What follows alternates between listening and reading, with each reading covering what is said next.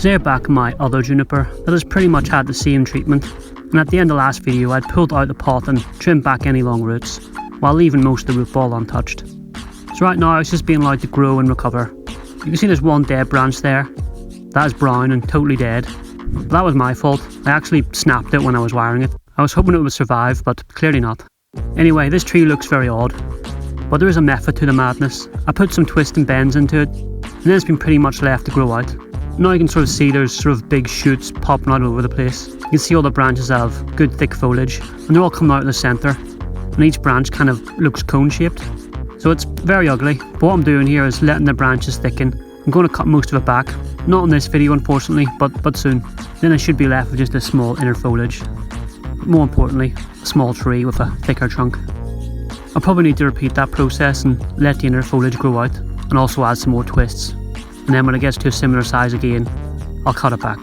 Junipers are all about the crazy trunk movement, and this is what we've got to do to get it. There are too many boring straight junipers that just look dreadful compared to the really old ones taken from nature. A lot of the foliage you can see here looks kind of straight, but that's just the outer parts that are going to be removed, or at least seriously reduced. So it's fine that it looks like this for now. I need to be careful as there is a risk that the foliage at the end of these long branches becomes too dominant and the inner foliage all dies.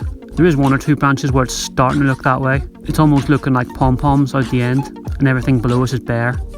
A juniper isn't really going to backbud super easily, but I think I'm alright for now. I just need to prune it soon. In February you'd be expecting me to prune it back, especially after what I just said, but I'm going to leave it. I'm going to let it shoot out and then start thinning it out. I don't think I'll cut it back hard in one go. I'll sort of stagger it, so I'll thin out the ends and then come back later and reduce it further and just keep doing it a few times till I've pushed it back. I think that's going to be less stressful for it, even if it does mean some energy is wasted on growth that will be removed. Also, I noticed there's one little berry growing on there. I don't think this is the right species to use with gin, so I'll just have to leave it alone, but it's cool to see. In March there's nothing happening, it hasn't woken up yet.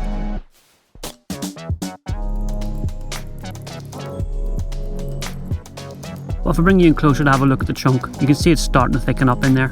There's still a lot of work needed. A lot of those branches coming off it will need to get wider. They're very straight and boring looking. But that's all part of the plan. And more importantly, you can see there's plenty of inner foliage there to use.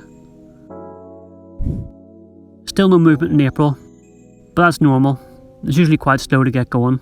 But it's healthy and I have a plan, so I'm happy enough of it. It's just going to be a long-term project. And here we are now. It's a little slow to get going, but it's fine. I'm sure it will burst into life any day soon.